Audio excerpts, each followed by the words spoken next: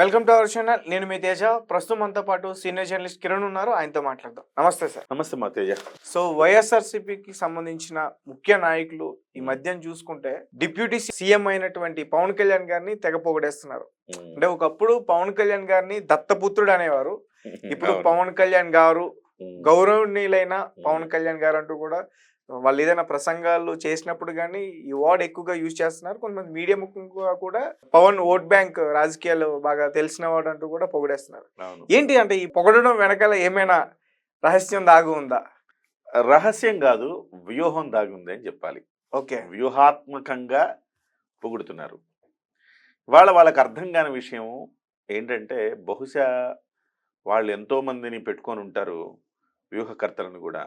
వాళ్ళు ఎవరికి అంతుపట్టిన విషయం, జగన్మోహన్ రెడ్డి గారికి అంతుపట్టిన విషయం, ఆంధ్రప్రదేశ్ రాష్ట్రంలో పవన్ కళ్యాణ్ అనే వ్యక్తి ఒక సాధారణమైన పొలిటీషియన్ కాదు. ఇంతకు ముందులాగా చాలామంది ఆయారాం గయారాం కాదు. ఎంతోమంది రాజకీయాల్లోకి సినిమా వాళ్ళు వచ్చారు, వెళ్ళిపోయారు.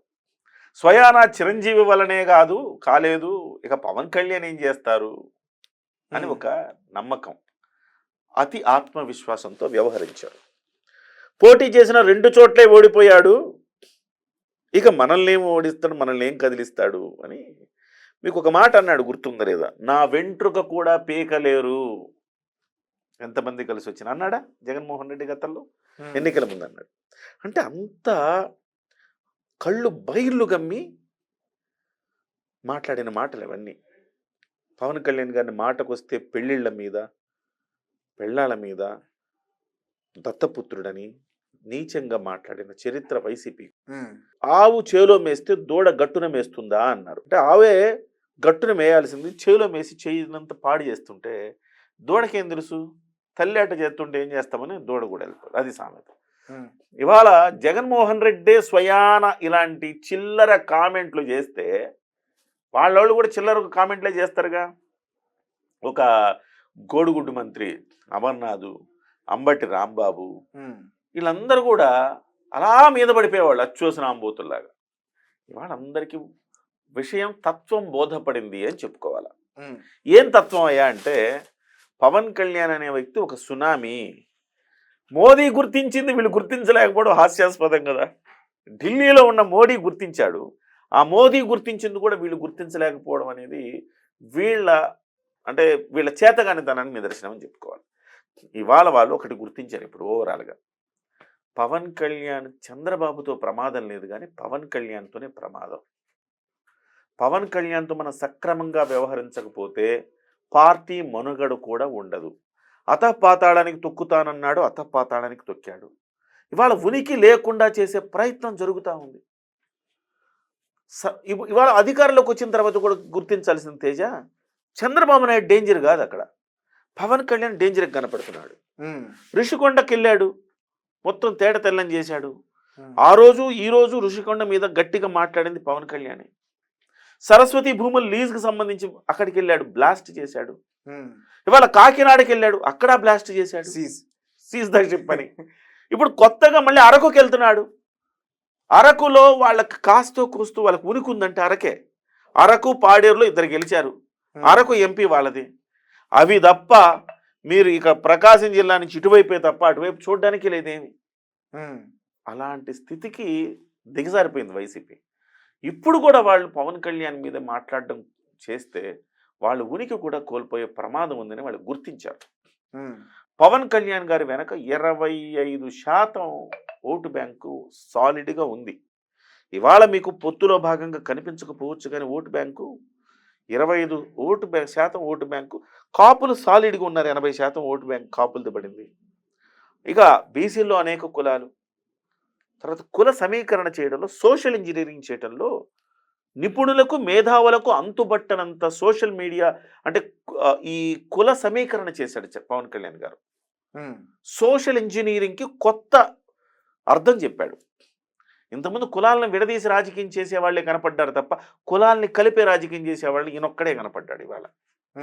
సో ఆ అద్భుతమైన సోషల్ ఇంజనీరింగ్ చేయడంలో దేశమే నివ్వెరపోయిందని చెప్పాలి.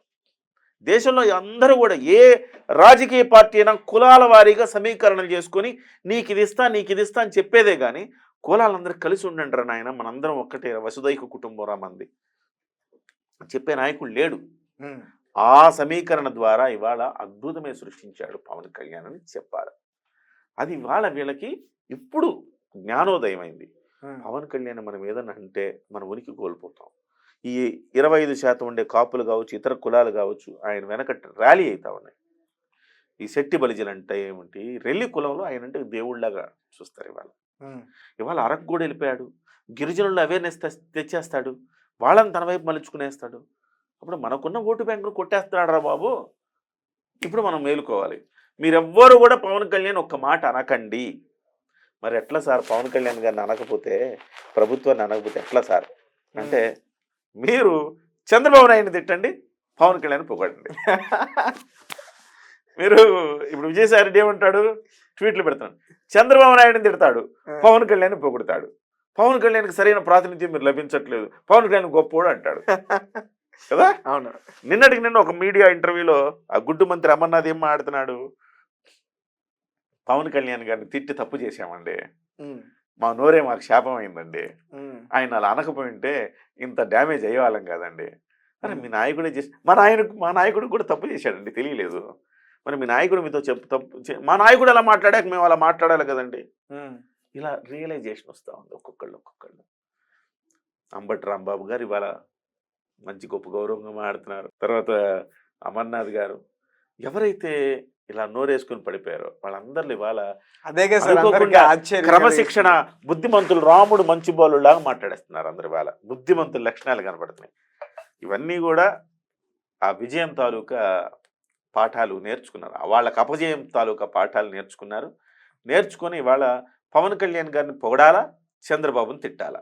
ఉమ్, ఈ క్రమంలో పవన్ కళ్యాణ్ గారు అంటే ఇష్టపడే వాళ్ళకి, అవును కదా వైసీపీ చెప్పింది నిజమే కదా, మా నాయకుడికి గౌరవం తగ్గుతోంది కదా అని వాళ్ళల్లో ఒక ఫీలింగ్ రావాలా. వ్యూహాత్మకంగా ఇద్దరిని విడదీసి రాజకీయం చేయాలని వాళ్ళు అనుకుంటున్నారు. అవి ఎక్కడా అవ్వదు. పవన్ కళ్యాణ్ గారు ఏమంటున్నారు, 10 ఏళ్ల పాటు ప్రభుత్వం కలిసే ఉంటుంది, పవన్ కళ్యాణ్ గారు రండి మీరు ముందు నడవండి అని పవన్ కళ్యాణ్ గారిని, మీరు ముందు నడవండి సార్, మీ వెనక మేము నడుస్తామంటే పవన్ కళ్యాణ్ అంటుంటే, చంద్రబాబు ఏమంటున్నాడు, లేదు నువ్వు నాతో పాటే నడవాలి అని తీసుకుపోతున్నాడు. అంత గౌరవం ఆయన ఇస్తున్నాడు. ప్రతిదీ పవన్ కళ్యాణ్ గారికి చెప్పే చేస్తున్నాడు. ప్రతి దాంట్లో పవన్ కళ్యాణ్ గారు నువ్వు నేను సగం అంటున్నాడు. ఉమ్, పవన్ కళ్యాణ్ గారు ఏమంటున్నారు, తక్కువ అంటున్నారా, 10 ఏళ్ళు మీరే ముఖ్యమంత్రి సార్ అంటున్నారు. గోలే లేదు ఇక వాళ్ళు ఏమైనా ఫీల్ అవ్వడానికో లేదు. 10 ఏళ్ళు ముఖ్యమంత్రి అని ఆయనే అన్నాక ఇంకేం మాట్లాడతారు వాళ్ళు, సమానమైన గౌరవం ఇవ్వాలి కదా. సో అద్భుతంగా వాళ్ళు కలయిక బ్రహ్మాండంగా ముందుకెళ్తుంది. లోకేష్ లాంటి వాడు వచ్చి, నారా లోకేష్లో ఎంత మార్పు వచ్చింది చూశారు కదా మీరు. గతంలో నారా లోకేష్కి పవన్ కళ్యాణ్కి కూడా కొంత విభేదాలు వచ్చినాయి, కానీ ఇవాళ నారా లోకేష్ కొన్ని లక్షల మంది, కోట్ల మంది చూస్తుండగా పవన్ కళ్యాణ్ గారి పాదాలకు నమస్కారం చేశాడు. ఆ ప్రమాణ స్వీకారం అప్పుడు ఆయన అక్కడ చేయక్కర్లా, 4 గోడల మధ్య కృతజ్ఞత తెలుపుకుంటే సరిపోద్ది. ఎందుకు చేశాడు, ఇది మీకు మేము ఇస్తున్న గౌరవం అని చెప్పి ఇచ్చాడు. కాబట్టి తెలుగుదేశంలో, జనసేనలో కార్యకర్తలు కొంచెం అతివాద సెక్షన్ ఉంటుంది. ఆ రోజు వాళ్ళు ఫీల్ అయ్యారు, నారా లోకేష్ గారు ఏంటి పవన్ కళ్యాణ్ గారికి దండం పెట్టడం కాలకని. 10 ఏళ్ళు ముఖ్యమంత్రి అని ఈయనన్నప్పుడు కొంతమంది ఫీల్ అయ్యారు, ఈయన ముఖ్యమంత్రి కాడని. అతివాదులు కొంత బాధపడతారే తప్ప ఒక 10%, 20% అతివాదులు ఉంటారండి ప్రతి పార్టీలో. 80% మంది వాళ్ళ నాయకులు చెప్పేదాన్ని ఫాలో అయిపోతూ ఉంటారు. ఇవాళ పవన్ కళ్యాణ్ గారు చెప్పింది 80% మంది, చంద్రబాబు 80% ఫాలో అయిపోతూ ఉంటారు. కాబట్టి ఇవాళ వైసీపీ ఒక వ్యూహాత్మకంగా జగన్మోహన్ రెడ్డి గారు ఆదేశాల మేరకు పనిచేస్తూ ఉంది.